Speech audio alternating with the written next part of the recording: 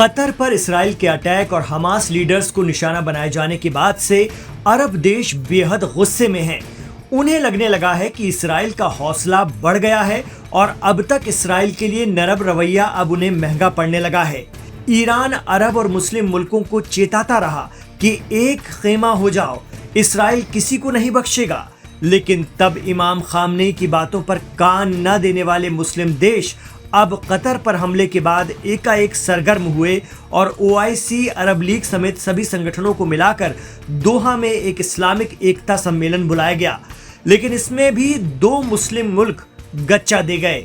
जी हां, इसराइल के खिलाफ बुलाई गई दोहा समिट में 57 में से 55 मुस्लिम देशों के चीफ या फिर बड़े लीडर पहुंचे। लेकिन यूएई यानी यूनाइटेड अरब अमीरात और बहरीन, इन 2 अरब देशों ने इस सम्मेलन में बहुत ज्यादा रुचि नहीं दिखाई। दोनों के चीफ इस हंगामी मीटिंग का हिस्सा नहीं बने, बल्कि अपने मामूली नुमाइंदों को भेज दिया खाना पूर्ति के लिए। अरब मुल्कों की ये चाल कतर के लिए किसी बड़े झटके से कम नहीं थी। बड़ी बात तो ये है कि कतर के 2 पड़ोसियों ने ही खेल कर दिया। जी हां, यूएई और बहरीन कतर के पड़ोसी हैं, जिन्होंने इस इमरजेंसी मीटिंग का मान ही नहीं रखा।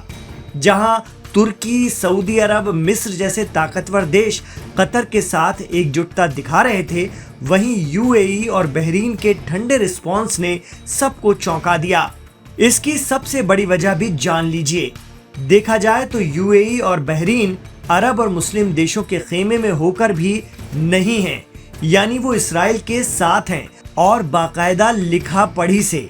दरअसल साल 2020 में ही यूएई और बहरीन इसराइल के साथ अब्राहम या इब्राहिम समझौते से जुड़ गए थे, जिसके तहत वो न सिर्फ इसराइल को मान्यता देते हैं, बल्कि उसके साथ कारोबारी और रणनीतिक ताल्लुकात भी बना चुके हैं। इसके अलावा मोरक्को और जॉर्डन भी इस समझौते का हिस्सा हैं, लेकिन वो इस खेमे में खड़े थे। अब्राहम अकॉर्ड साल 2020 में प्रेसिडेंट ट्रंप ने अपने पहले कार्यकाल के दौरान करवाया था, जिसका मकसद अरब और मुस्लिम मुल्कों को इसराइल के करीब लाना है। तो इसराइल को मान्यता दे चुके देशों के लीडर भला इसराइल के खिलाफ क्यों जाने लगे? उन्हें अपने दोस्त का सामना भी तो करना है, अमेरिका को भी तो जवाब देना है। और वैसे भी अरब और मुस्लिम देश चाहे कितने भी हाथ पैर मार लें, वो इसराइल को अलग अलग इंटरनेशनल प्लेटफॉर्म पर कोसने के अलावा कुछ नहीं कर सकते। एक्सपर्ट कहते हैं कि यदि कतर ईरान की तरह तुरंत मिलिट्री एक्शन ले लेता, तो इसराइल आगे के लिए किसी भी देश की सीमा लांघने से पहले 10 बार सोचता। लेकिन अमेरिका पर पूरी तरह डिपेंड अरब देशों की मजबूरी ये है कि वो अमीर होते हुए भी खुद मुख्तार नहीं है, खासकर अपने डिफेंस के लिए। यही वजह है कि अभी यूएई और बहरीन ने ठंडा रुख दिखाया है। आगे और देश भी धीरे धीरे पीछे हटने लगेंगे।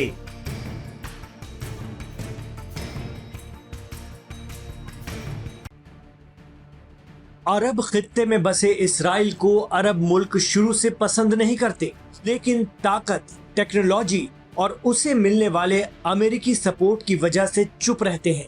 हालांकि इससे पहले 1948, 49, 1956, 67, 73, 82, 2006 और फिर 2023 में अरब इसराइल जंगों की एक लंबी फेहरिस्त है।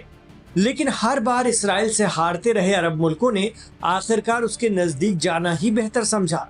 साल 2020 में ऐसा वक्त आया जब अमेरिका के दबाव में कुछ अरब देशों ने पहली बार खुलकर इसराइल को मान्यता दी और उसके साथ रिश्ते बनाए।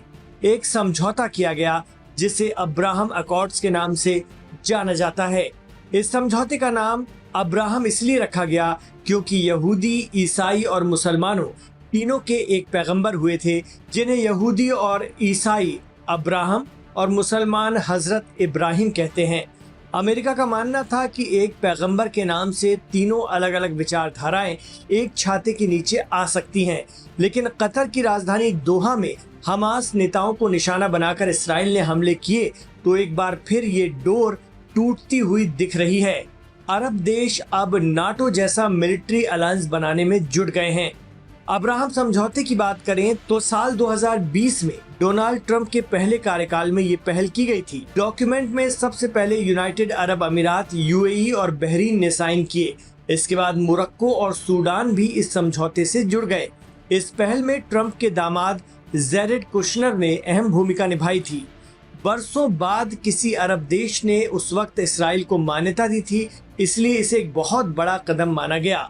इसराइल और यूएई के रिश्ते बने क्योंकि वो तेल और कारोबार की दुनिया में बड़ी ताकत हैं और पूरे खाड़ी क्षेत्र पर उसका असर है।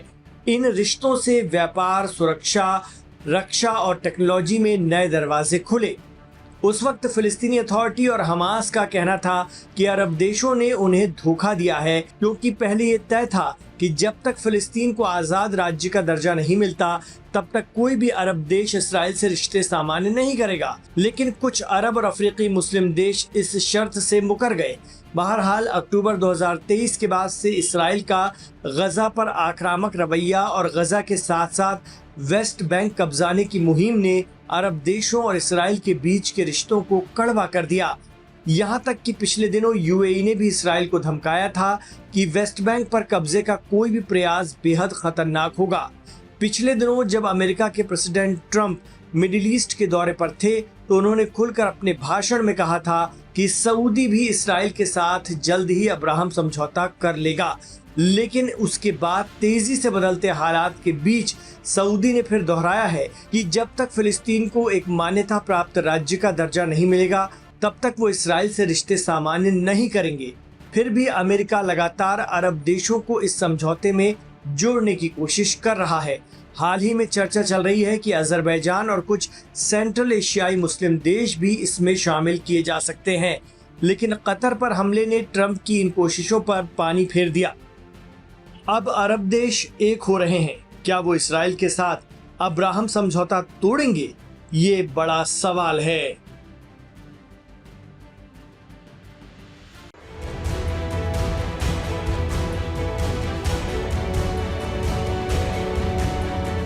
तारीख 9 सितंबर 2025। घटना दोहा पर इजरायली हमला। जी हां, इजराइल ने कतर की राजधानी दोहा पर एक बड़ी एयर स्ट्राइक की थी, जिसमें हमास चीफ खलील अल-हैया और अन्य सीनियर अधिकारियों को निशाना बनाने के उद्देश्य से हवाई हमले किए गए थे। बेंजामिन नेतन्याहू ने खुले तौर पर इस हमले की जिम्मेदारी ली, जिसके बाद कई देशों ने इजराइल की आलोचना की। बल्कि कहीं न कहीं अब अरब देश इस हमले के बाद एकजुट होते दिखाई दे रहे हैं। लेकिन अब इस हमले को लेकर एक बड़ा और चौंकाने वाला खुलासा हुआ है। खबर है कि इजराइल की खुफिया एजेंसी मोसाद को हमास नेताओं को मारने के लिए ऑपरेशन चलाने का निर्देश दिया गया था, लेकिन मोसाद ने ऐसा करने से साफ तौर पर मना कर दिया था।